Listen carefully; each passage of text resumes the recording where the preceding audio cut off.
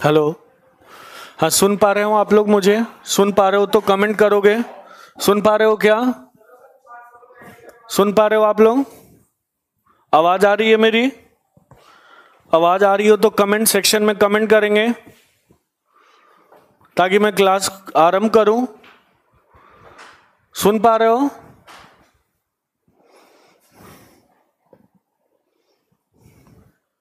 आवाज आ रही है?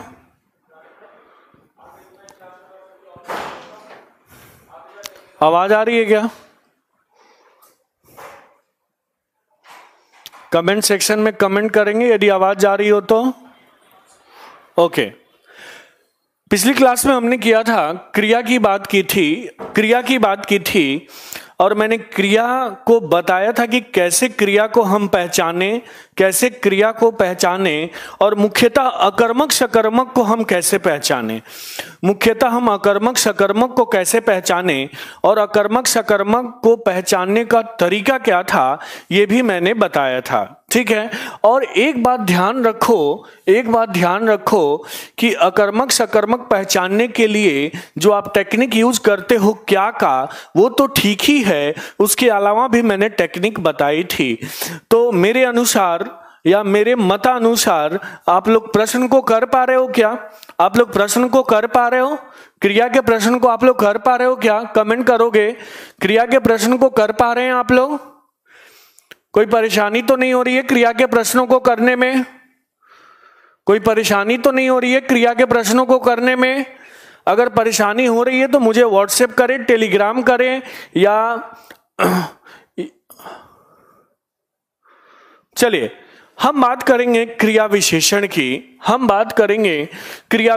की। और ध्यान रखना, इसके लिए हमें बहुत कुछ जानना, सीखना और समझना होगा। अभी तक हमने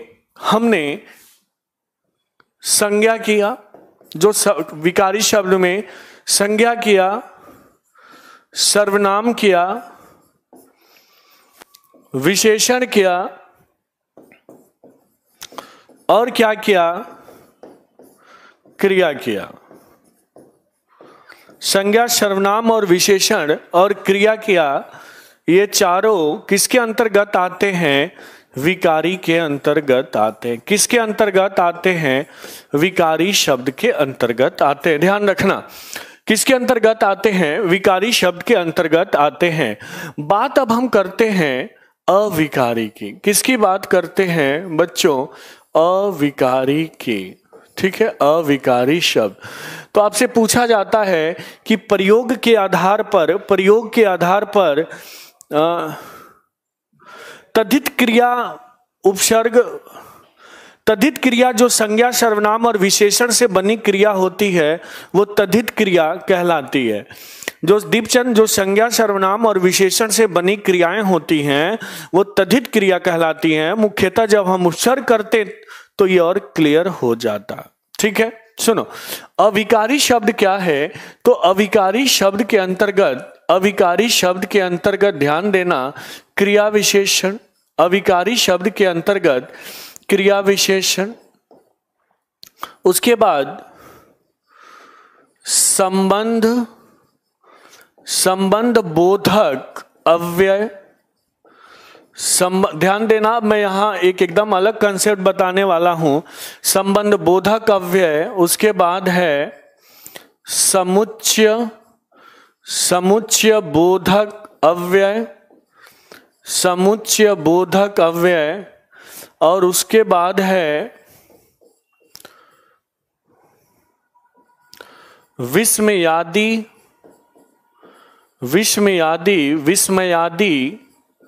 बोधक अव्यय। अब देखो, अविकारी का मतलब होता है अविकार। अविकारी का मतलब क्या होता है? अविकार। क्या होता है बच्चों? अविकार। अ का अर्थ होता है नहीं, और विकार का क्या अर्थ होता है? परिवर्तन। क्या होता है? परिवर्तन। ठीक है ना? अ का अर्थ होता है विकार अ का अर्थ होता है नहीं, मतलब ये शब्द अ का तो ऐसे कोई अर्थ नहीं होता, लेकिन ये क्योंकि ये उपसर्ग है और उपसर्ग का कोई अर्थ नहीं होता, लेकिन ये किसी के साथ जुड़ता है तो ये नहीं का अर्थ देता है। किसका अर्थ देता है? नहीं का अर्थ।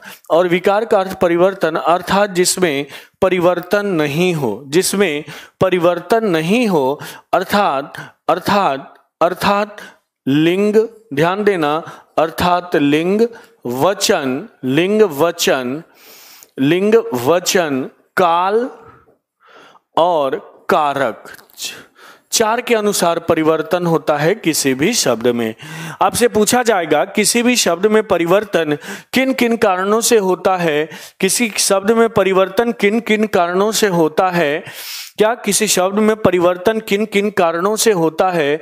तो चार कारणों से होता है, लिंग वचन काल और कारक। लिंग वचन काल और कारक, बच्चों इसको विशेष रूप से ध्यान रखेंगे कि ये परिवर्तन चार कारणों से होता है। अब जिनका परिवर्तन लिंग वचन काल और कारक से होगा वो क्या कहलाएंगे? विकारी।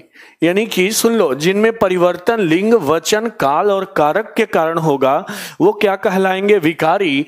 और जिनमें परिवर्तन लिंग वचन काल और कारक के अनुसार नहीं होगा वो क्या कहलाएंगे? वो क्या कहलाएंगे? अविकारी। क्या कहलाएंगे मेरे दोस्त? अविकारी। चलो अब हम नेक्स्ट बात करते हैं। मैंने बता दिया, तो अगर पूछेगा कि जो विकारी हैं तो विकारी में यानी विकार, जिसमें विकार उत्पन्न होता है, अर्थात जिनमें लिंग वचन काल, लिंग वचन काल और कारक के अनुसार, लिंग वचन काल और कारक के अनुसार क्या हो जाए? परिवर्तन हो जाए, उसे हम क्या कहेंगे? विकारी। और ध्यान देना मेरे प्यारे दोस्तों, अविकारी क्या है? अविकारी क्या है? जिनमें लिंग वचन काल और कारक के अनुसार परिवर्तन नहीं हो, उसे हम क्या कहेंगे? अविकारी कहेंगे। ओके, ठीक है, नाइस। अभी तुरंत सचिन पचौरी, क्लास आरंभ हुए ज़्यादा टाइम नहीं हुआ बेटा, 5-10 मिनट हुए, चीज़ों को समझो, ठीक है। अब ज़्यादा कमेंट करने से बेहतर है हम चीज़ों को समझें। मैं 5 मिनट का टाइम दूंगा, मन भर बात करेंगे, मन भरी बात करेंगे हम लोग, ठीक है ना। पहले समझो तो जिनमें अब देखो मैंने बताया है कि अविकारी के अंतर्गत क्या क्या आते हैं? तो क्रिया विशेषण आता है। क्या आता है? क्रिया विशेषण आता है। और क्या आता है मेरे दोस्त? समुच्चय, मैं ऊपर नीचे कहीं भी लिख दूं कोई बात नहीं, समुच्चय बोधक अव्यय। बोधक का अर्थ होता है संबंध, समुच्चय बोधक अव्यय, समुच्चय बोधक अव्यय। उसके बाद आता है संबंध बोधक अव्यय, संबंध बोधक अव्यय, संबंध बोधक अव्यय। उसके बाद क्या आता है? मैंने बताया, उसके बाद क्या आता है? विस्मयादि बोधक अव्यय। अब एक चीज आपने ध्यान दिया होगा कि यहाँ ध्यान दो, समझना, एक चीज ध्यान दिया होगा कि यहाँ जो है ये अव्यय लगा है, यहाँ भी अव्यय लगा है, यहाँ भी अव्यय लगा है। क्रिया विशेषण में अव्यय नहीं लगा है तो हम लगा देते हैं अव्यय। तो क्रिया विशेषण को भी हम क्या कहते हैं? अव्यय कहते हैं। ध्यान देना मेरे प्यारे दोस्तों, अव्यय। अब आपके दिमाग में ये घूम रहा होगा कि ये अविकारी और अव्यय क्या है, तो एक बार यहाँ ध्यान से समझते हैं, और नहीं समझ में आए तो पूछ लेना। अव्यय, अव्यय का मतलब होता है, अ का मतलब वही बताया कि व्यय के साथ जुड़ता है, तो अ का अर्थ नहीं, और व्यय का अर्थ क्या होता है? खर्च। यदि कि जो खर्च नहीं हो, जैसे आपके पास 10 रुपए है तो कुछ समय बाद भी 10 रुपए बचा रहे, तो ये क्या होता है? अव्यय होता है। तो ध्यान दो, हम क्रिया विशेषण को भी अव्यय कहते हैं। क्या कहते हैं? क्रिया विशेषण को भी अव्यय कहते हैं, समुच्चय बोधक को भी अव्यय कहते हैं, और संबंध बोधक को भी अव्यय कहते हैं, और विस्मयादि बोधक को भी हम क्या कहते हैं? विस्मयादि बोधक को भी हम क्या कहते हैं? विस्मयादि बोधक को भी हम क्या कहते हैं? अव्यय कहते हैं। तो अब आपके दिमाग में होगा कि जो अविकारी शब्द हैं उनको हम अव्यय भी कहते हैं, जो अविकारी हैं उनको हम क्या कहते हैं? अव्यय कहते हैं। ध्यान देना, जो अविकारी हैं उनको हम अव्यय कहते हैं। एक बात और, अब थोड़ा समय आगे बढ़ता हूं, ध्यान दो। मैंने बोला कि अव्यय का अर्थ होता है जो व्यय न हो, यानी जिसमें व्यय नहीं हो। और मैंने बताया कि अव्यय के अंतर्गत ध्यान देना, अव्यय के अंतर्गत क्रिया विशेषण, अव्यय के अंतर्गत क्रिया विशेषण। दूसरा मैंने बताया, कुछ भी पहले लिख दो, संबंध बोधक अव्यय। तो हम क्रिया विशेषण को भी क्या नीचे लिख दे? अव्यय लिख दे, संबंध बोधक अव्यय। उसके बाद मैं लिख देता हूं विस्मयादि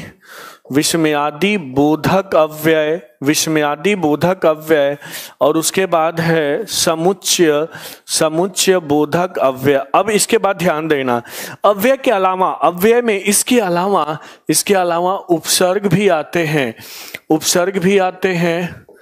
प्रत्यय भी आते हैं मेरे दोस्त, और निपात भी आते हैं। निपात बताऊंगा। ध्यान देना, अव्यय में जैसे अव्ययी भाव समास पढ़ते हो तो आपको पढ़ा दिया जाता है अव्ययी भाव समास जिसमें उपसर्ग हो। अब मैं यहां बताने जा रहा हूं उपसर्ग भी किसके अंतर्गत आता है? अव्यय के अंतर्गत। इसीलिए वहां कोई उपसर्ग लगा होता है पहले, तो जब हम समास करेंगे तो डिटेल में पढ़ेंगे, तो उसको भी हम अव्ययी भाव समास कहते हैं। आ गई बात समझ में? तो अव्यय में क्रिया विशेषण, संबंध बोधक, विस्मयादि बोधक, समुच्चय बोधक, उपसर्ग, प्रत्यय और निपात, ये सभी आते हैं।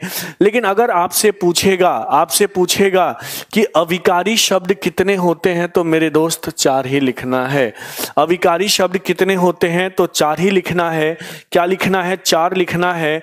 हमेशा ध्यान, सभी अविकारी अव्यय हैं लेकिन सभी अव्यय अविकारी नहीं हैं, ये भी ध्यान रखना। यानी कि एक बार यूपीपी में पूछ दिया, उत्तर प्रदेश पुलिस में पूछ दिया, चलो आ जाता, वेट 2 मिनट, थोड़ा सा, ठीक है, ध्यान दो।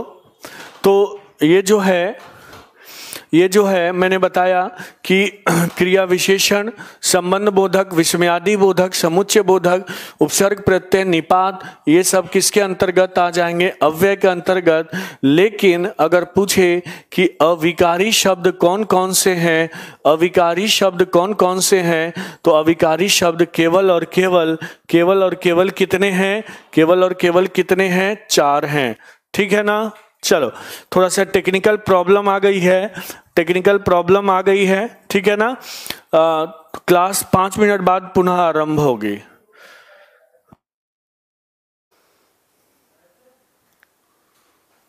ओके, चलिए, अभी मैंने बताया था आप लोगों को कि सभी जो अविकारी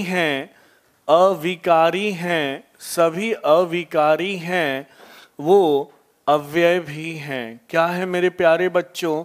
अव्यय भी हैं, ये बताया था। हो रही है क्लास? गौतम सिंह, क्लास हो रही है? मेरी आवाज जा रही होगी आप लोग के पास? तो मैंने बताया कि सभी अविकारी अव्यय हैं, ठीक है। और अविकारी के अंतर्गत जो आते हैं, अविकारी के अंतर्गत जो भी आते हैं उनको हम देख चुके हैं। अविकारी के अंतर्गत जो भी आते हैं उनको हम देख चुके हैं, कौन कौन से अविकारी के अंतर्गत आते हैं। और मैं बार बार बता चुका हूं कि अविकारी के अंतर्गत क्रिया विशेषण, संबंध बोधक अव्यय, समुच्चय बोधक अव्यय और विस्मयादि बोधक अव्यय आते हैं। ठीक है, मेरी आवाज जा रही है आप लोग के पास? मेरी आवाज जा रही है क्या? सुन पा रहे हो क्या आप लोग? सुन पा रहे हो क्या? सुन पा रहे हो क्या? सुन पा रहे हो क्या आप लोग? सुन पा रहे हैं? सुन पा रहे हैं आप लोग? ठीक से सुन पा रहे हैं आप लोग?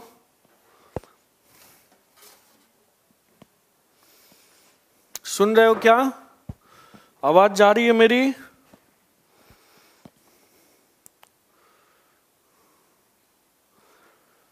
हाँ, लिख लो। जो कुछ लोग पूछ रहे हैं कि जो आपने पीडीएफ दिया है वो नोट्स में लिख ले। एकदम नोट्स में जो कुछ भी मिले नोट्स में लिखते जाओ, ताकि उससे आपको बेनिफिट होगा, उससे आपको लाभ होगा। ठीक है ना? सुन पा रहे हो क्या? अब हम बात करेंगे क्रिया विशेषण की। अब हम बात करेंगे क्रिया विशेषण की। ध्यान देना, अब हम बात किसकी करने जा रहे हैं? क्रिया विशेषण की। हाँ, क्रिया विशेषण क्या है? क्रिया विशेषण क्या है इसको हम देखते हैं।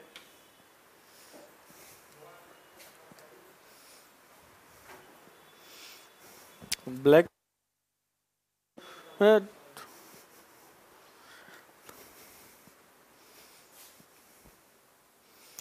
अब देखो, क्रिया विशेषण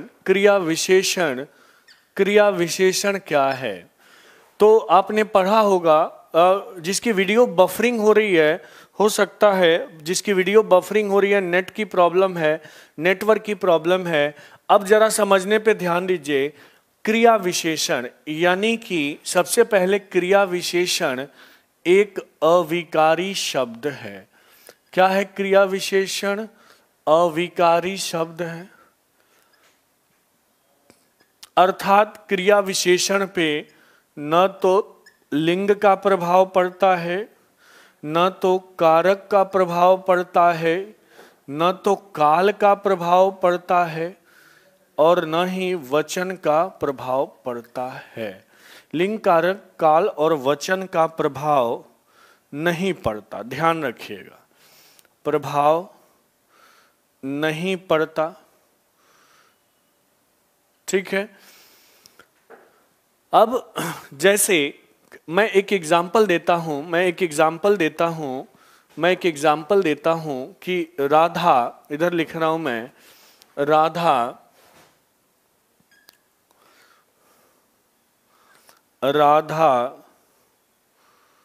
धीरे धीरे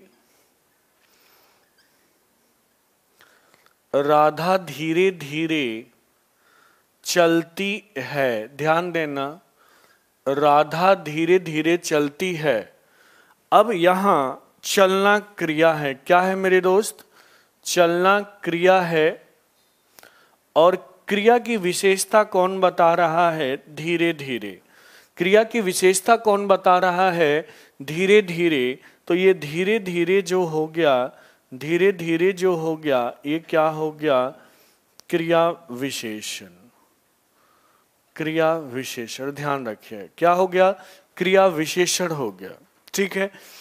तो अब धीरे धीरे पे चाहे आप राधा की जगह श्याम लगा लो, लिंग बदल दो, और यहां चलता है लिख लो, लेकिन धीरे धीरे पे कोई प्रभाव नहीं पड़ेगा। यहां फिर आपको वही लिखना पड़ेगा, श्याम धीरे धीरे चलता है।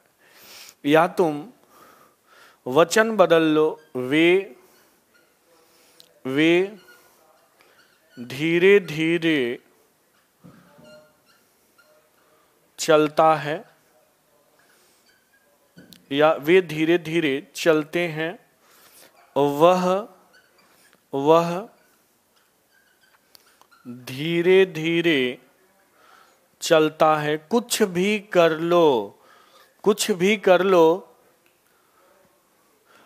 मार्कर दिखाई नहीं दे रहा है क्या? दिखाई नहीं दे रहा है क्या? एक बार बताएंगे। अब देखो, ये जो धीरे धीरे है, यहां धीरे धीरे है, यहां धीरे धीरे है और यहां धीरे धीरे है। इसके सेहत पर कोई प्रभाव नहीं पड़ रहा है, इसके सेहत पर कोई प्रभाव नहीं पड़ रहा है। दिखाई दे रहा है क्या? कमेंट करेंगे अनिल पाल। दिख रहा है कि नहीं ये बताओ थोड़ा सा। हाँ, मार्कर में प्रॉब्लम है और आज दूसरा मार्कर है भी नहीं, यही मेरे पास बस 3 मार्कर हैं। देखो यही मेरे पास 3 मार्कर हैं और इसी से आज काम चलाना है, ठीक है ना?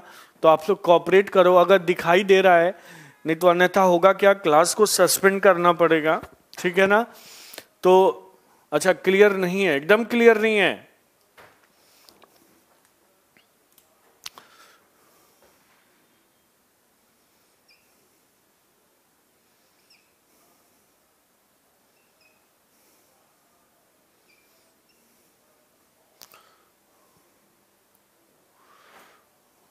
अच्छा रुको मैं बोलता हूं।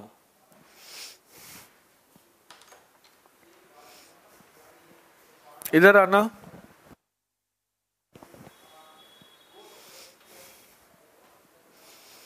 थोड़ा ब्राइटनेस कम करो, दिखाई नहीं दे रहा बच्चों को बोर्ड पर।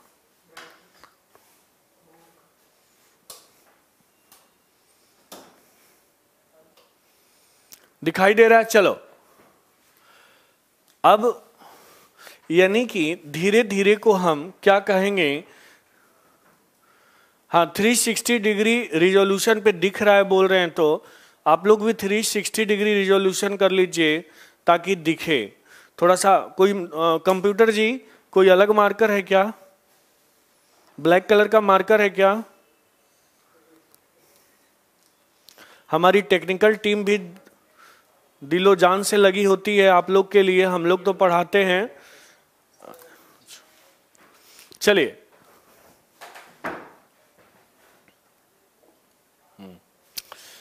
तो अब ध्यान देना क्रिया विशेषण जो है यह किसकी विशेषता बताता है? किसकी विशेषता बताता है? क्रिया की विशेषता बताता है। ध्यान देना, एकदम आज मैं अलग कंसेप्ट से बताता हूं।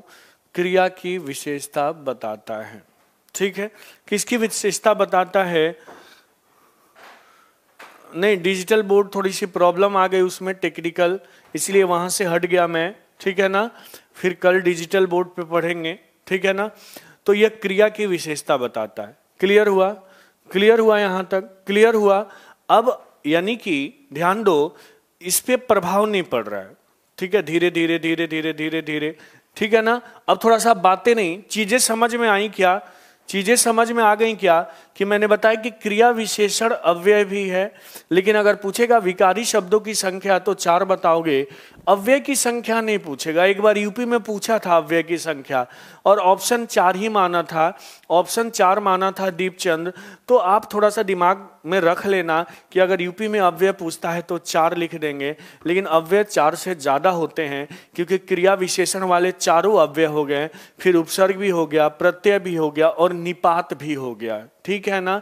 ऐसा कंसेप्ट कहीं नहीं मिलेगा, कहीं नहीं मिलेगा दीपचंद। मैं बता रहा हूं, आज मैंने बहुत लोगों का देखा वीडियो कि वो लोग क्रिया विशेषण पढ़ा कैसे रहे, मैं रियल बोल रहा हूं, रटा रहे थे ये वो पता नहीं क्या क्या, मुझे ही नहीं समझ में। कम से कम 20 वीडियो थोड़ा देर देखा कि जो यूट्यूब पे पढ़ाते, कहना नहीं चाहिए, ठीक है, लेकिन कोई भी कंसेप्ट पे फोकस नहीं था, केवल और केवल याद कराने पे फोकस था।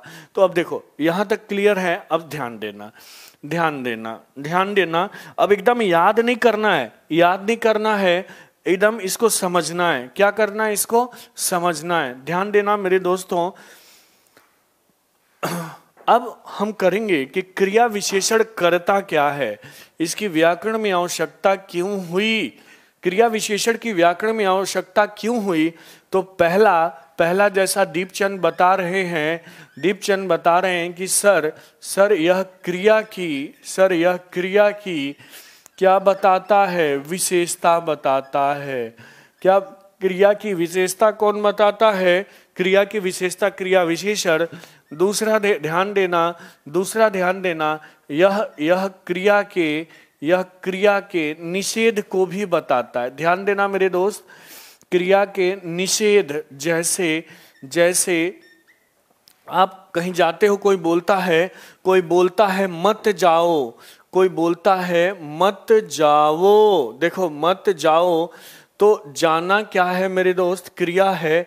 जाना क्रिया क्या है, उसके पहले मत लगा हुआ है, तो यह मत क्या है, निषेध है। क्या है, निषेध है। तो यह क्रिया के निषेध को भी बताता है मेरे दोस्त। क्या बताता है, क्रिया के निषेध को बताता है। तीसरा है कि यह एकदम याद नहीं करना है, समझना है, यह क्रिया की स्वीकृति को भी बताता है, क्रिया की स्वीकृति को भी बताता है। फिर उसने कहा कि हाँ जाओ, हाँ जाओ, तो ध्यान दो, यहाँ जाना क्या है, क्रिया है, उससे पहले हाँ आ गया, तो इसने क्या दे दिया, स्वीकृति दे दिया।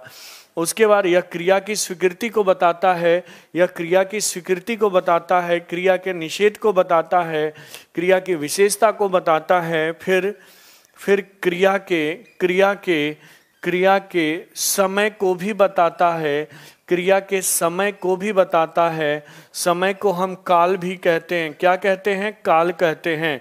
तो क्रिया के समय और काल को भी बताता है। जैसे वह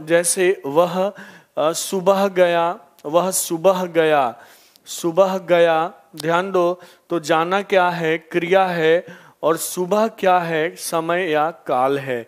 तो यह क्रिया के समय या काल को भी बताता है। फिर क्या करता है, यह क्रिया के दिशा को भी बताता है।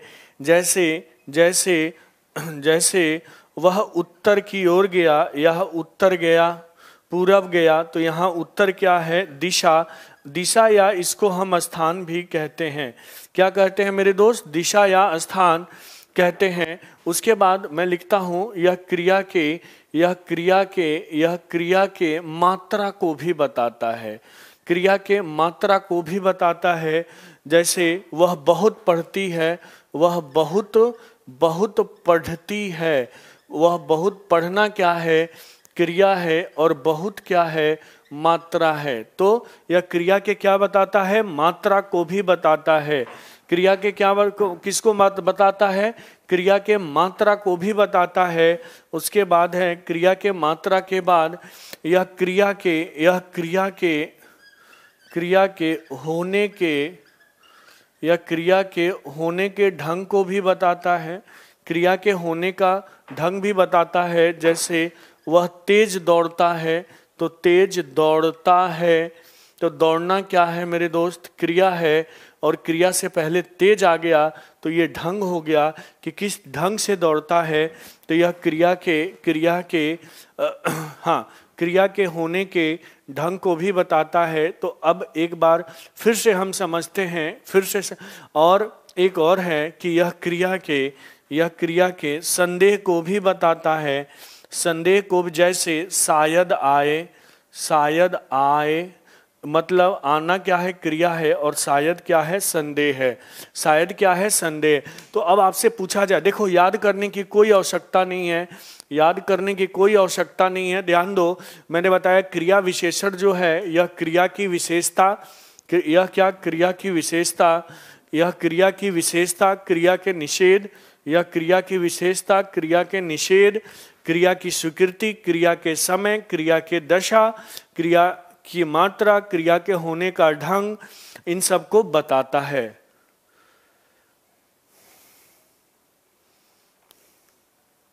ओके नितिन गुप्ता, ठीक है, ओके नितिन गुप्ता। अब आप मेरा पढ़ो, ठीक है ना, और वेलकम है मेरे क्लास में नितिन कुमार गुप्ता, वेलकम, ठीक है। सुनो तो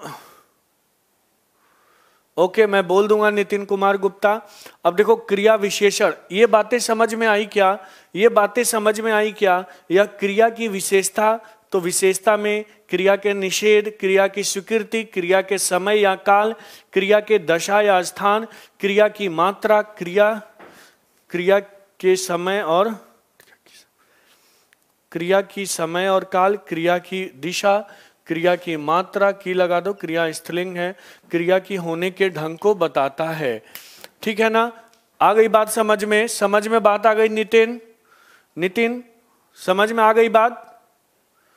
बात समझ में आ गई है? बात समझ में आ गई क्या? अब देखो, अब ध्यान देना, ध्यान देना, यहां तक क्लियर है क्या दीपचंद? क्लियर है यहां तक? यहां तक क्लियर है? यहां तक क्लियर है? समझ पा रहे हो आप लोग? ओके। अब क्रिया विशेषण के कितने भेद होते हैं? 4। क्रिया विशेषण के कितने भेद हो जाएंगे? क्रिया विशेषण के कितने भेद हैं? क्रिया विशेषण के कितने भेद हैं? तो क्रिया विशेषण के देखो कितने भेद हैं मेरे प्यारे बच्चों। कोई बात नहीं दीपचंद, 100% सब कुछ करवा दूंगा मैं 3 नवंबर से पहले। और कोई बात? और कोई बात? 3 नवंबर से पहले सब करवा दूंगा मैं। ठीक है, ठीक है। और दीपचंद आपने जिसने भी मेरा फर्स्ट बैच पढ़ा था उसको पता होगा कि यूपी लोअर में कितने प्रश्न आए हैं। लगभग सारे बच्चे 25 में 23, 22 से कम किसी का भी नहीं है। ठीक है, तो आप लोग मेहनत करो। मैं, ठीक है ना, थैंक यू अमित राज, खुश रहो। ठीक है, सुनो, अब क्रिया विशेषण के 4 भेद होते हैं। पहला होता है, ध्यान दो, पहला होता है रीतिवाचक। पहला क्या होता है? रीतिवाचक क्रिया विशेषण। क्या होता है? रीतिवाचक क्रिया विशेषण। क्या होता है? रीतिवाचक क्रिया विशेषण। ठीक है, ध्यान देना, कौन सा होता है? रीतिवाचक क्रिया विशेषण। उसके बाद होता है काल या समयवाचक क्रिया विशेषण। काल या समयवाचक क्रिया विशेषण। क्या होता है? काल या समयवाचक क्रिया। समझना, आप लोग जो याद करते हो ना, हाँ, क्रिया से क्वेश्चंस हैं, मैंने अब क्रिया से क्वेश्चंस हैं तो मेरे को व्हाट्सएप कीजिए, मैं रिप्लाई कर दूंगा। ठीक है, अगर कोई समस्या है तो अमृत राज। ठीक है, अब देखो, तो पहला रीतिवाचक क्रिया विशेषण, दूसरा काल और समयवाचक क्रिया विशेषण, तीसरा है परिमाणवाचक क्रिया विशेषण। परिमाणवाचक क्रिया विशेषण, ध्यान देना, कौन सा? परिमाणवाचक क्रिया विशेषण। और चौथा है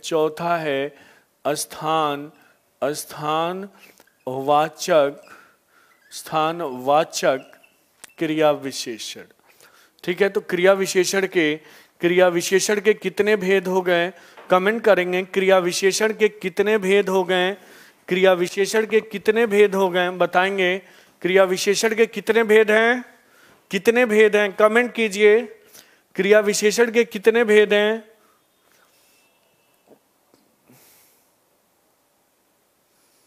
क्रिया विशेषण के कितने भेद हैं?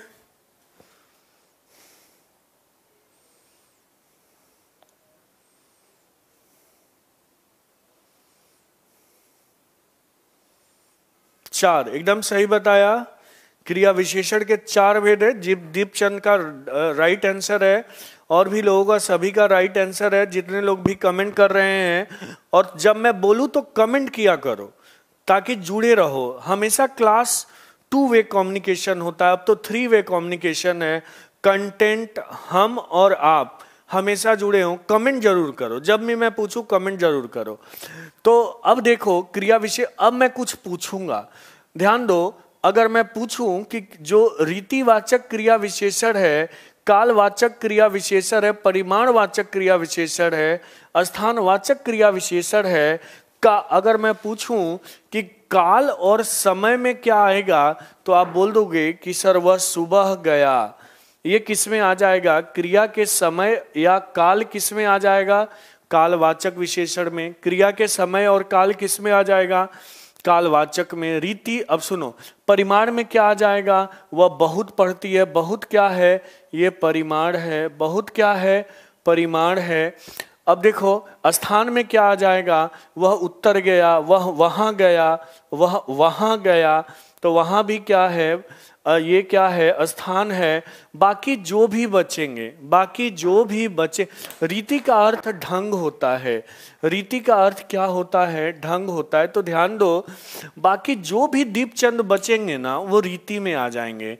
तो रीति में निषेध भी आ जाएगा। मैं नहीं गया, तो ये रीतिवाचक है, ध्यान रखना। नहीं, हाँ, क्योंकि और रीतिवाचक में अलग प्रकार से पूछ दे तो निषेध है। रीति, अब देखो इसमें निषेध आ जाएगा और क्या क्या आ जाएगा? स्वीकृति आ जाएगा। क्या क्या आ जाएगा? स्वीकृति आ जाएगा। और क्या क्या आ जाएगा? और क्या क्या आ जाएगा? बताओ। ढंग आ जाएगा। और क्या क्या आ जाएगा? ढंग आ जाएगा। और क्या आएगा? तो निषेध, स्वीकृति, ढंग। काल में तो जो काल से संबंधित है वो आ जाएगा। परिमाण में जो है मात्रा से संबंधित है वो आ जाएगा। स्थान में जो स्थान से संबंधित है, प्लेस से संबंधित है, वो आ जाएगा। आ गई बात समझ में? आ गई बात समझ में? तो अगर पूछेगा मत जाओ, मत जाओ क्रिया विशेषण है, आप समझ जाओगे कि मत जाओ, मत तो क्रिया, मत किस प्रकार का क्रिया विशेषण है? तो ध्यान रखना, मत तो दिशा है नहीं, परिमाण है नहीं, काल है नहीं, तो किस में आ जाएगा? रीतिवाचक क्रिया विशेषण में। किस में आ जाएगा? रीतिवाचक क्रिया विशेषण में। ठीक है। तुम वहां बैठो, तुम वहां बैठो। चलो मैं बोलता हूं कि तुम वहां बैठो, तुम वहां बैठो। इसमें वहां जो है क्रिया विशेषण है, क्योंकि बैठना के बाद आया है।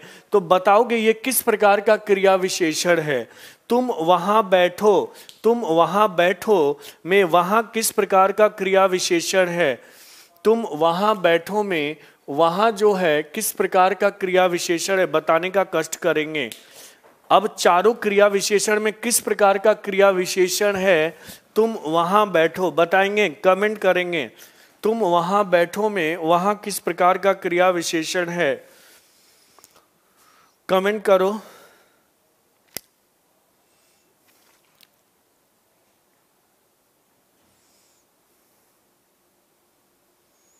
गुड, आलोक का एकदम नाइस आंसर है कि सर स्थान है, एकदम क्लियर है। अब मुझे नहीं लगता कि क्रिया विशेषण आपको याद करने की जरूरत है। अमित का भी राइट आंसर है। गुड, आ गई बात समझ में। दीपचंद एकदम क्लियर है। मुझे पता था कि बच्चों को रीति में ही कंफ्यूजन होती है, रीति में ही कंफ्यूजन होती है। अब मुझे लग रहा है एकदम ये क्लियर है कि अब आपको कोई कंफ्यूजन नहीं होगी। ठीक है।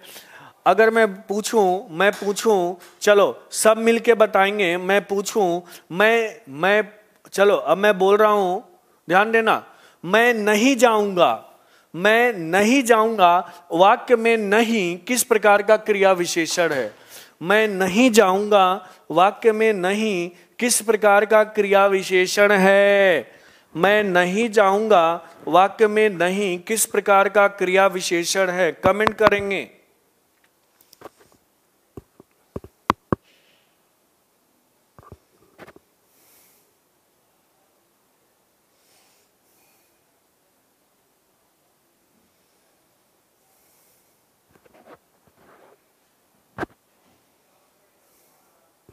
मैं नहीं जाऊंगा वाक्य में।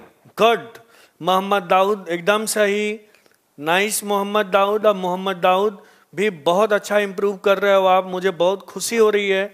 आप चीज़ों को अब पहले से बहुत बेहतर ढंग से समझने लगे हो मोहम्मद दाऊद, ठीक है ना?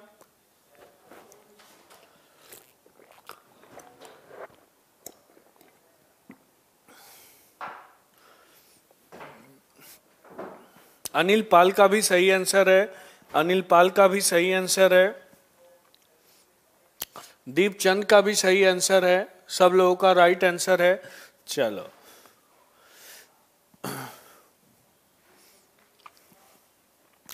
अब हमें ऐसा कुछ नहीं याद रखना है कि ये किस में आएगा, वो किस में आएगा। जो किताबों में बकवास की बातें दी हुई होती हैं, जो किताबों में बकवास की बातें दी हुई होती हैं, वो हमें नहीं याद रखना है, हमें कंसेप्ट याद रखना है। और मैंने कंसेप्ट बता दिया मेरे दोस्तों, मैंने कंसेप्ट बता दिया। मैं हमेशा, मेरी यही कोशिश रहती है कि आपको कुछ भी याद न करवाया जाए। एकदम अनिल पाल सबका राइट आंसर है। चलो अब मैं लिखता हूं, एक प्रश्न लिखता हूं, इसको भी करते हैं, इसको भी करते हैं।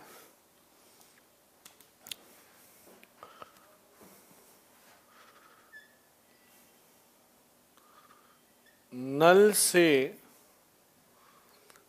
जल बूंद बूंद टपक रहा है। वाक्य में बूंद बूंद क्या है, एकदम सोचकर बताना है।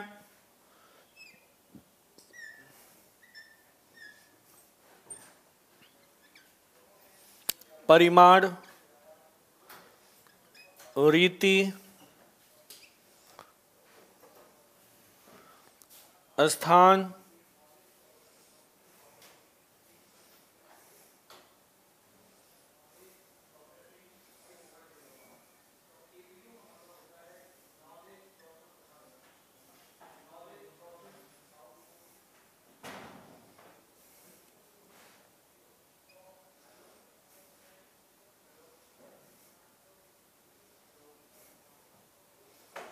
देखो दीपचंद का एकदम नाइस आंसर इसने तुरंत दे दिया। दीपचंद ने कि सर ये परिमाण है, बूंद बूंद क्या है, परिमाण है। बूंद बूंद क्या है, देखो सब लोग राइट आंसर दे रहे हो, सब लोग राइट आंसर दे रहे हो, क्या है ये, परिमाण है। ठीक है ना, क्लियर हुआ। अब देखो याद करने की एकदम आवश्यकता नहीं है, कहीं भी आपको याद नहीं करना है, किसी भी चीज को याद नहीं करना है, कहीं भी याद नहीं करना है। ठीक है ना, क्लियर है। अब क्लियर है, ये क्लियर है, क्लियर है। चलो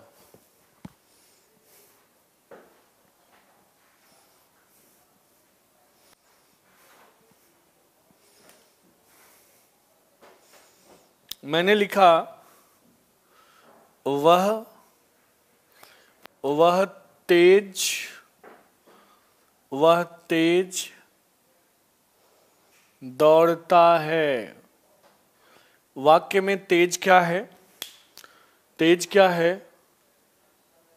हाँ क्रिया विशेषण भी है।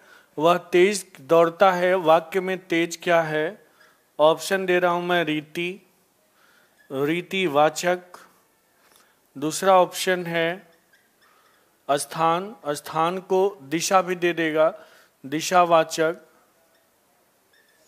तीसरा है कालवाचक, और चौथा है परिमाण वाचक। बताएंगे,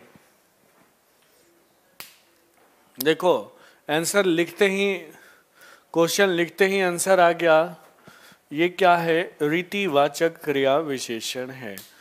ठीक है, एकदम क्लियर हुआ, क्लियर हुआ, ये क्लियर हुआ, क्लियर हुआ।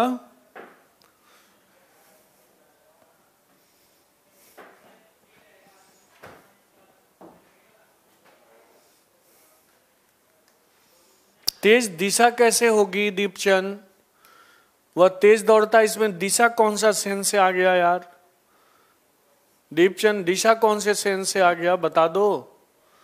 ठीक है,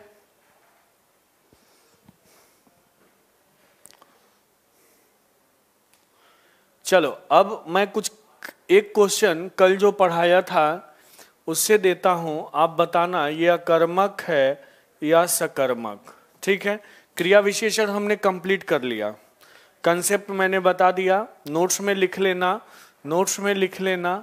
ठीक है, उसके बाद नहीं समझ में आए पूछ लेना। जी घबराता है, जी घबराता है, कौन सी क्रिया है ये? अकर्मक क्रिया है या सकर्मक क्रिया है, बताएंगे। जी घबराता है अकर्मक क्रिया है या सकर्मक क्रिया है, बताएंगे। कौन सी क्रिया है?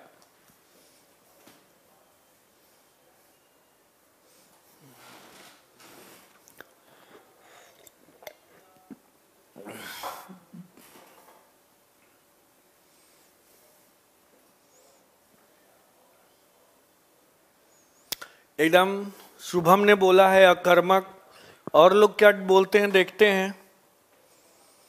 अकर्मक, क्या बात है, तो लाइन लग गई भाई अकर्मक की।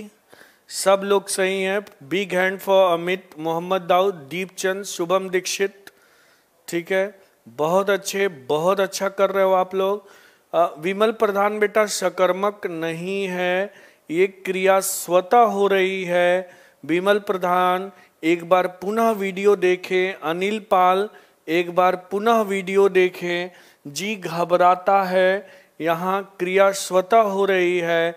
मैं बार बार बता रहा हूँ कि आप बार बार क्या लगाकर प्रश्न कर देते हो यार। क्या घबराता है, जवाब मिल जाता है वहीं गच्चा खा जाते हो। मेरे दोस्त, जवाब मिले तो एक बार ये जरूर सोच लो कि इसका प्रभाव कहाँ पड़ रहा है। अगर खुद पर पड़ रहा है तो बेटा वो अकर्मक होगी। अनिल पाल और विमल प्रधान, समझ में आ गई बातें? क्या समझ गए क्या मैंने बोला? समझ में आ गई बात? कुछ लोग बोल रहे थे कि सर क्रिया के प्रश्न को पूछना है, तो क्रिया के कौन से प्रश्न है जरा कमेंट सेक्शन में कमेंट कीजिए ताकि मैं रिप्लाई कर पाऊं, जवाब दे पाऊं। कमेंट कीजिए। विमल प्रधान समझ में आया, अनिल पाल समझ में आया क्या? अनिल पाल और विमल प्रधान बताएंगे। ओके, अब पुनः गलती न करें और जो वीडियो है उससे नोट्स जरूर बनाएं। नोट्स जरूर बनाएं। कोई समस्या है तो मैं 24/7 आपके साथ हूं।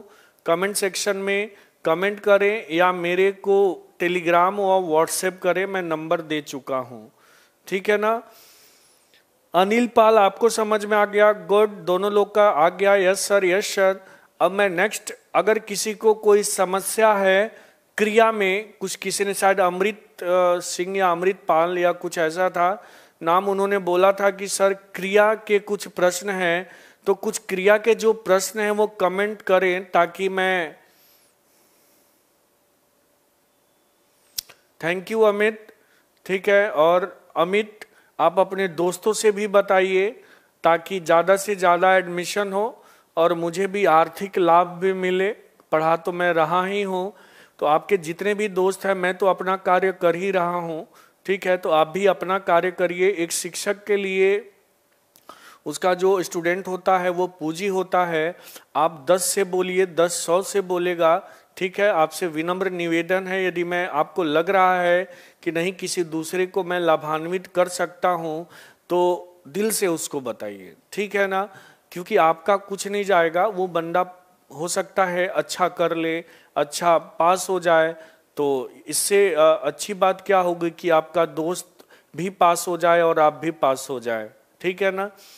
तो हाँ, मैं सीधा बोलता हूँ कि भाई मुझे भी आर्थिक आवश्यकता है, जितना ज़्यादा एडमिशन होगा मुझे भी लाभ मिलेगा। तो आप अपने दोस्तों से बोलिए। ठीक है, जो भी जिसको भी जानते हैं। ठीक है ना? चलिए, और कुछ समस्या हो तो बोलिए, 5 मिनट टाइम दे रहा हूँ। आज क्लास थोड़ी छोटी ही रहेगी, कल मैं क्लास लूँगा, कल भी क्लास लूँगा। ठीक है ना? इस वीक चलेगी, पूरी वीक क्लास चलेगी। न्यू बैच दीपचंद, बैच 3 अब इसके बाद आएगा, नवंबर या दिसंबर में आएगा बैच 3 दीपचंद। दिसंबर में लाऊंगा, पहले इसको कंप्लीट कर लूँ नवंबर तक, नवंबर के बाद ही बैच आएगा। ठीक है ना? तो जो भी आपके दोस्त हैं उनको जरूर बताइएगा। ठीक है, और चलिए, और कुछ पूछना हो तो बताइए, पूछिए, दिल खोलकर पूछिए।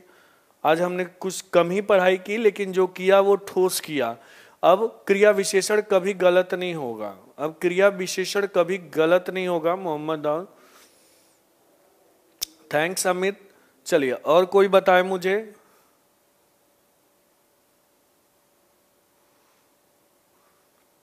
विमल प्रधान पूछ रहे हैं कि सहायक क्रिया और संयुक्त क्रिया में डिफरेंस बता दीजिए। विमल, सहायक क्रिया क्रिया की सहायता करती है, एकदम छूट रहेगी, ठीक है, कोई टेंशन नहीं है, ठीक है ना दीपचंद, पूरी छूट। मैं तो इसके बाद एक प्रैक्टिस बैच भी लेके आने वाला हूँ 6000 प्रश्नों का, 6 या 7000 प्रश्न। हाँ, एक बात मैं अनाउंस करना भूल गया था, इसके बाद मैं 6000 प्रश्नों का लगभग 5 या 6 मिनिमम 6000 प्रश्नों का एक प्रैक्टिस बैच लेके आऊँगा, और ज़्यादा कॉस्ट नहीं होगा, 200 या 300 रुपये कॉस्ट होगा, जिसमें हम 6 से 7000 प्रश्नों को करेंगे। तो उम्मीद है कि उस बैच में आप लोग भी आएंगे, ठीक है ना, ठीक है ना। 300 के आसपास फी होगा, ज़्यादा फी नहीं होगा, जितना आप लोग रिचार्ज कराते हो। और हाँ, प्रीवियस ईयर के क्वेश्चन 6-7 हज़ार मैं इसमें भी कराऊंगा थोड़ा बहुत, लेकिन अमाउंट 300 के आसपास रहेगा, ठीक है, 300 के आसपास रहेगा, ठीक है, ज़्यादा नहीं रहेगा, ताकि मेरे पुराने बच्चे भी आए, ठीक है ना। और हाँ, 6000 प्रश्नों का रहेगा, ठीक है। उसको नवंबर और दिसंबर के बीच में चलाऊंगा, 10 दिनों के लिए, 10-12 दिनों के लिए, 15 दिनों के लिए, ठीक है ना।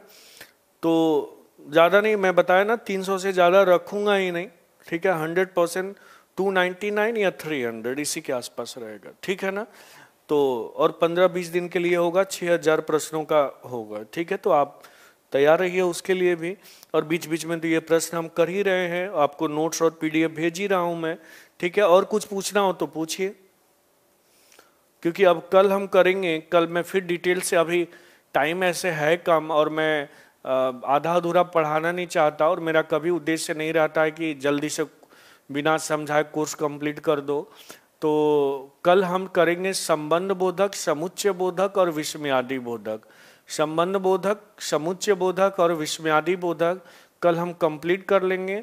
करने के बाद फिर मैं कुछ क्वेश्चन कराऊंगा, ठीक है। उसके बाद जो नेक्स्ट क्लास होगी वो समास की होगी। किसकी होगी? समास की होगी।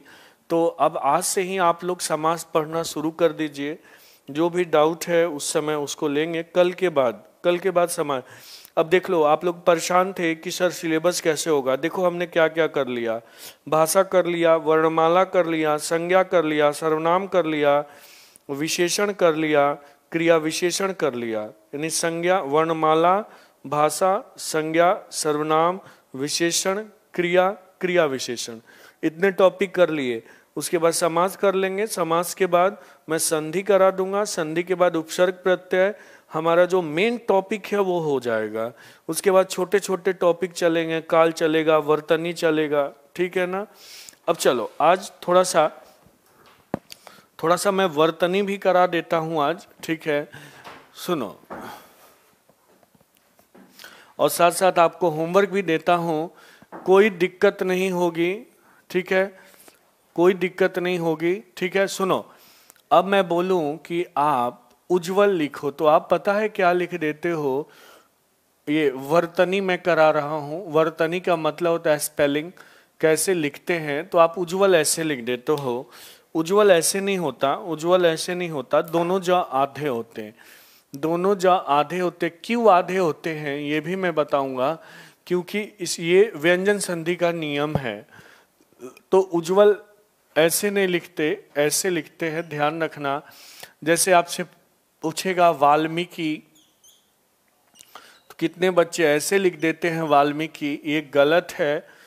सुनो, वाल्मीकि कैसे ऐसे लिख देते हैं, जबकि वाल्मीकि सही जो है ऐसे है, ऐसे लिखते हैं वाल्मीकि, ठीक है, ऐसे वाल्मीकि लिखते हैं, ऐसे नहीं लिखते, ठीक है। तो ये सही है। अब आप देखते हो ना, दवाइयाँ दुकानों पे ऐसे लिखा होता है, ऐसे लिखा होता है दवाइयाँ, जबकि ये गलत है। ये दवाइयाँ ऐसे नहीं लिखा होता, ऐसे नहीं लिखना चाहिए। लिखना कैसे चाहिए? ऐसे लिखना चाहिए, ऐसे, छोटी ई और या पे ऐसे। अब तो इसके अंदर स्थान पे हम बिंदु लिख सकते हैं। सुन लो, रचना को रट जाओ बस। रचना, र से रचना, र से रटो, र से रचना, र से रटो, बस आपके लिए मैं यही कहूंगा, ठीक है ना। बाकी थोड़ा बहुत मैं बताऊंगा, रटवाऊंगा, ठीक है। सुन लो, तो दवाइयाँ ऐसे नहीं लिखते, जबकि जितने भी दवाइयों के स्टोर्स हैं वहाँ ऐसे लिखा होता है, और बच्चे मुझसे लड़ जाते हैं कि नहीं सर ऐसे ही लिखो। नहीं, उनको नहीं पास होना है, आपको पास होना है। तो दवाइयाँ कैसे लिखेंगे हम? ऐसे लिखेंगे। तो ध्यान देना, उज्ज्वल ऐसे लिखेंगे, वाल्मीकि ऐसे लिखेंगे, और दवाइयाँ ऐसे लिखेंगे, ठीक है ना। फिर मैं एक और दे देता हूँ। अगर आपसे पूछता है कि ये अभ्यारण्य कैसे लिखते, अभ्यारण्य कैसे लिखते, तो मेरे कितने दोस्त हैं जो लिख देते हैं अ आधा भ या रण्य। एकदम गलत है, इसको भी आगे पढ़ेंगे, सब नियम से करेंगे, कोई टेंशन नहीं है। अब इसको हम पूरे ऐसे लिखते हैं अ भ या, पूरा अ र य, ये अभय, पूरा अभय होता है, आधा भ नहीं होता। ये गलत है और ये क्या है? सही है, ठीक है ना। और देखो, अगर मैं लिखूं अतिशोक्ति, तो आप लोग क्या करते हो? आधा स लिखते हो, ऐसे लिखते हो अतिशोक्ति, जबकि यहाँ स पूरा होता है, जबकि स क्या होता है? पूरा होता है, और हम ऐसे लिखते हैं अतिशयोक्ति। ये सब संधि के नियम से ही होता है।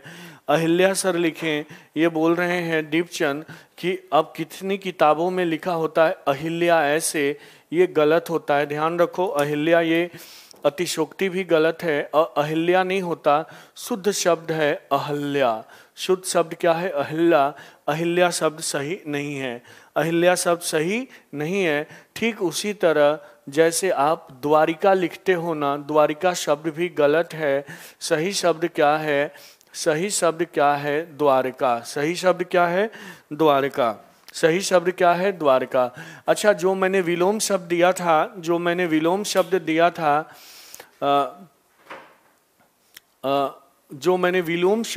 था, कितने लोगों ने विलोम शब्द याद किए हैं? कितने लोगों ने, कमेंट करेंगे, कितने लोगों ने विलोम शब्द याद कर लिए हैं?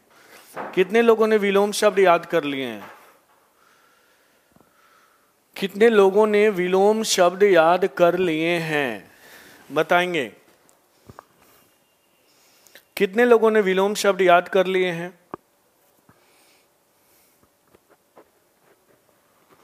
देखो, अब किसी का कमेंट नहीं आएगा। कितने लोगों ने विलोम शब्द याद कर लिए हैं? दीपचंद याद कर लिए हो विलोम शब्द? दीपचंद विलोम शब्द याद कर लिए हो?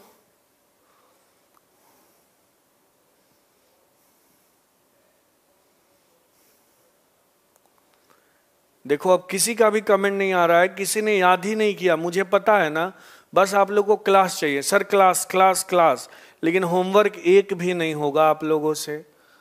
बस अब जो पढ़ेगा वही पास होगा, सिंपल सी बातें हैं, ठीक है। चलो, तुम बताओ दीपचंद, अतिथि का विलोम क्या होता है? दीपचंद, अतिथि का विलोम क्या होता है? कमेंट कीजिए, अतिथि का विलोम क्या होता है?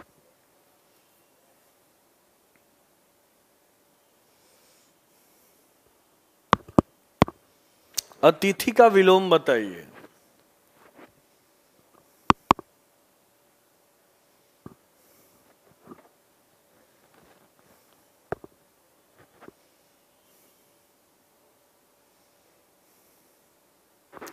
अतिथि का विलोम बताइए।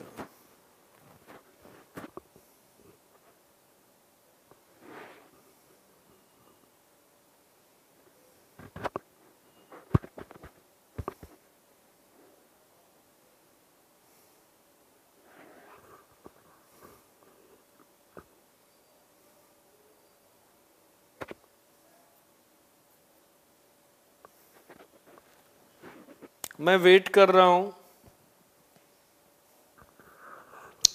अतिथि का विलोम क्या होता है?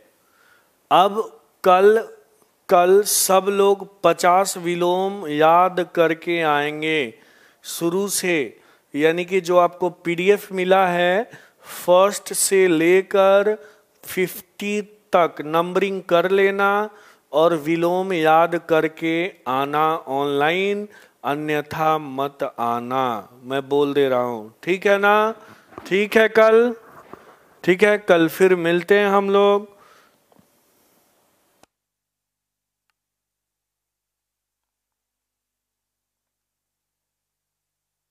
तब तक के लिए सबको शुभ रात्रि, गुड नाइट। ओके, कल 50 विलोम शब्द याद करके आना है। मोहम्मद दाऊद, दीपचंद, अमित, सबको मैं वार्निंग दे रहा हूं, तभी ऑनलाइन आना है, अन्यथा ऑनलाइन नहीं आना है। तो अभी ही 20 मिनट से आधे घंटे या 1 घंटे लगेंगे, 50 कर लो और आ जाना कल ऑनलाइन 7:30 या 8 बजे के बीच में, ठीक है ना? चलिए फिर मिलते हैं।